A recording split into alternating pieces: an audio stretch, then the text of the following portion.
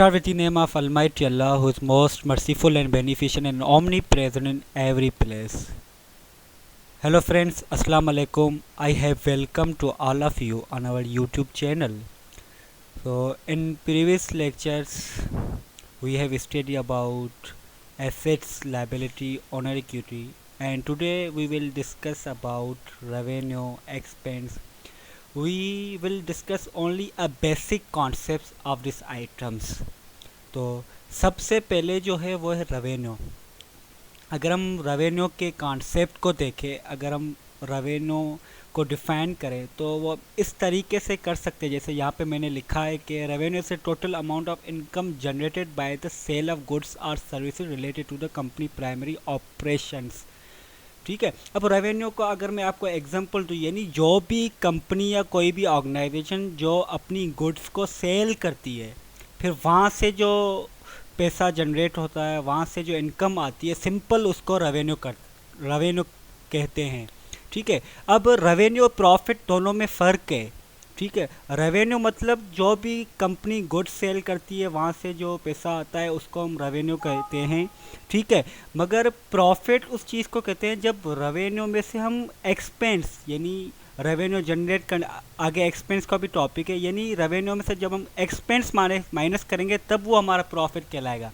मगर जो इनकम पहले आ रही है, हमने एक्सपेंस माइनस नहीं किया, तो उसको हम कहते हैं रेवेन्यू।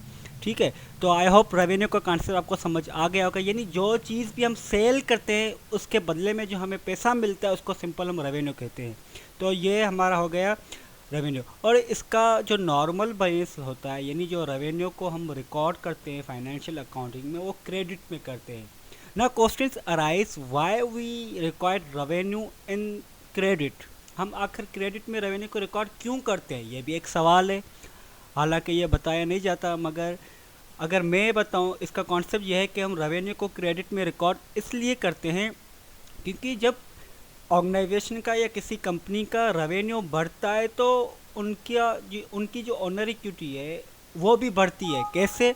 यानी जब रेवेन्यू बढ़ेगा तो इनकम जनरेट होगी। ठीक है, जितना ज़्यादा रेवेन्यू बढ़ेगा, एक्सपेंस कम होगा, उतना ज़्यादा प्रॉफिट बढ़ेगा।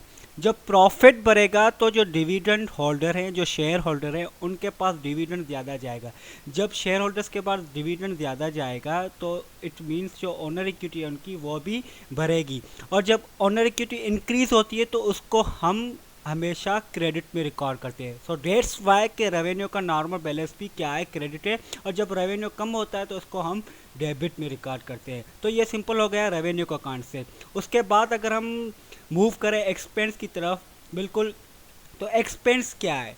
ठीक है, यानी सादा लफ्ज़ों में मैं आपको अगर समझाऊं एक्सपेंस का, यहाँ पे मैंने लिखा भी हुआ है कि an expense the cost of operation that company incurs to generate revenue. यानी जो रेवेन्यू जनरेट करने के लिए कॉस्ट इनकर्ड होती है, यानी कोई रेवेन्यू हम लाना चाहते हैं अपने ऑर्गेनाइजेशन में, उस पर जो कॉस्ट इनकर्ड हो रही है उसको हम सिंपल एक्सपेंस कहते हैं। ठीक है, यानी फॉर एग्जाम्पल हम गुड्स वगैरह सेल करें, ठीक है, तो गुड्स को सेल करने के लिए हमारे पास ट्रांसपोर्ट की भी कॉस्ट लगती है। जो सेल करने जाता है उनको हम सैलरीज वगैरह भी देते हैं। तो ये एक दो एग्जांपल मैं आपको दे रहा हूँ एक्सपेंस के, कि ये जो रेवेन्यू जनरेट करने के लिए हमारे पास जो एक्सपेंस जो कॉस्ट इनकर्ड होती है, जैसे मैंने आपको मिसाल दिया कि एक गुड्स एक सिटी से दूसरे सिटी तक ले जाना है तो उनके लिए जो कॉस्ट इनकर्ड हो रही है, या जो सेल करने जा रहे हैं उनको हम सैलरी दें, तो ये सब क्या है, एक्सपेंस है रेवेन्यू को जनरेट करने के लिए।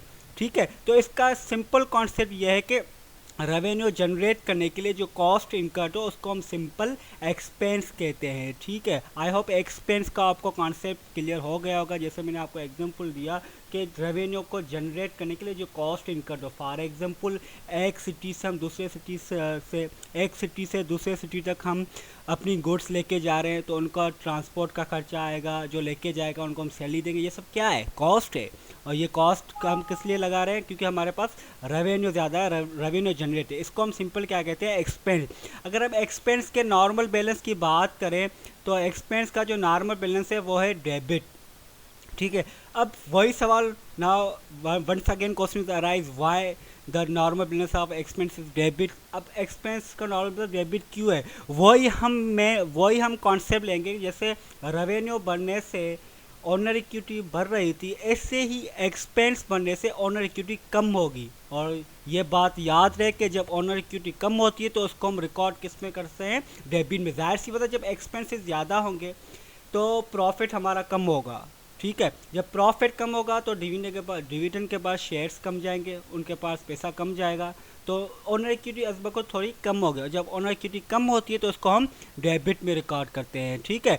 उसके बाद अगर हम आगे मूव करें तो एक अकाउंटिंग में आता है gap, general accepting account, gap general accepting accounting principle, ठीक है। उनका एक अजम्पशन है ड्यूल कॉन्सेप्ट, ठीक है। ये एक अजम्पशन है उनका ड्यूल कॉन्सेप्ट, जिसमें आपका डेबिट आ जाता है और क्रेडिट आ जाता है, ठीक है।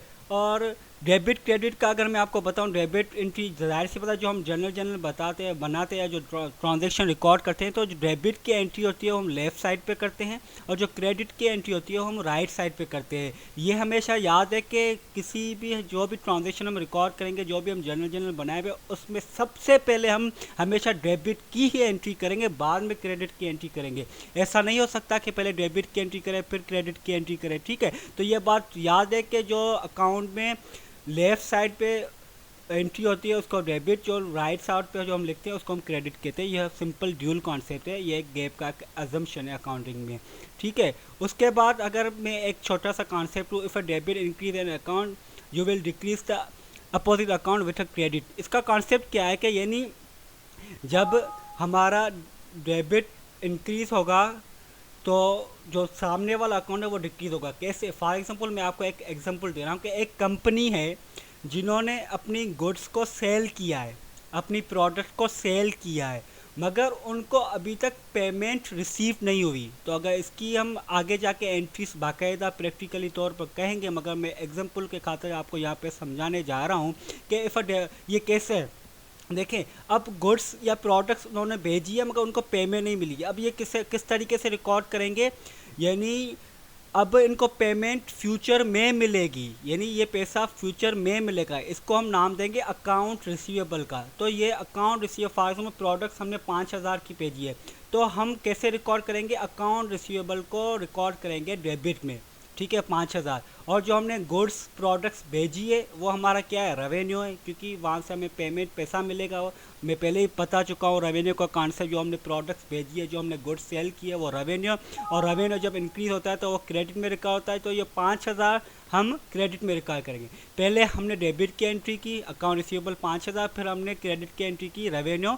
हमने जो प्रोडक्ट सेल की उसको हमने रेवेन्यू का नाम दिया, उसको भी हमने क्रेडिट में रिकॉर्ड किया। अब फॉर एग्जाम्पल कि हमें 3000 रुपये पेमेंट मिल गई, अब इसको हम कैसे रिकॉर्ड करेंगे? अब देखिए, जो हमें कैश मिला है उसको हम डेबिट में रिकॉर्ड करेंगे, क्योंकि कैश हमारा करंट रसीद है, हमें अब कैश मिला है वहाँ से, जहाँ पे हमारा 5000 कर्जा था वहाँ पे हमें 3000 रुपये मिले हैं। अब इस 3000 रुपये को हम रिकॉर्ड करेंगे डेबिट में। और जो हमारा अकाउंट रिसीवेबल है, देखें, will decrease opposite account with credit. अब हमारा अकाउंट रिसीवेबल थोड़ा कम हुआ है, ठीक है, 3000 रुपये मिल गए, बाकी 2000 रुपये। अब ये जो 3000 रुपये हमें मिले इसको हम क्रेडिट में रिकॉर्ड करेंगे, क्योंकि अब हमारा अकाउंट रिसीवेबल पहले 5000 रुपये था, अभी 2000 रुपये। जो ये 3000 है इसको हम किस में रिकॉर्ड करेंगे? क्रेडिट में रिकॉर्ड करेंगे। तो ये सिंपल इसका कॉन्सेप्ट जो मैंने यहाँ पे लिखा था। उसके बाद अगर हम आगे मूव करें तो फाइनेंशियल स्टेटमेंट, इसको हम फर्दर डिटेल में पढ़ेंगे। बाकी फ़िलहाल मैं इसको सिर्फ आपके बेसिक कॉन्सेप्ट दे रहा हूँ कि फाइनेंशियल स्टेटमेंट्स के कुछ टाइप्स होते हैं, जिसमें 4 टाइप्स, मेन टाइप्स है फाइनेंशियल स्टेटमेंट में। सबसे पहले होता है इनकम स्टेटमेंट, जिसको हम statement of profit and loss भी कहते हैं, जिसमें हम एक्सपेंस, रेवेन्यू रिकॉर्ड करते हैं। फिर जब हम रेवेन्यू को माइनस करते हैं एक्सपेंस, हमें नेट इनकम मिल जाती है। एक फार्मूला है इनकम स्टेटमेंट का, एक इक्वेशन है कि revenue minus expense is equal to net income, ठीक है।